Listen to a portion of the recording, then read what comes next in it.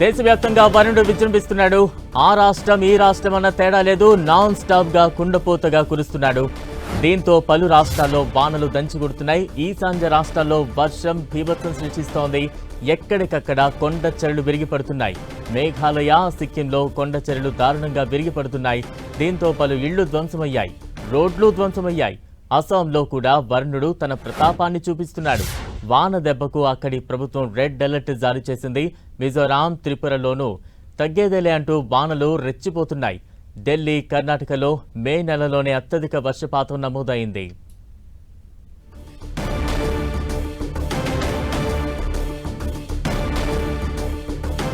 దేశవ్యాప్తంగా వానలైతే దంచి కొడుతూ ఉన్నాయి. దానికి సంబంధించిన అప్డేట్స్ మనం చూస్తూ ఉన్నాం. అస్సాంలో ఇప్పటికే రెడ్ అలర్ట్ జారీ చేసింది ప్రభుత్వం. మిజోరాం, త్రిపుర, మేఘాలయలో భీకర వర్షాలు దంచి కొడుతున్నాయి.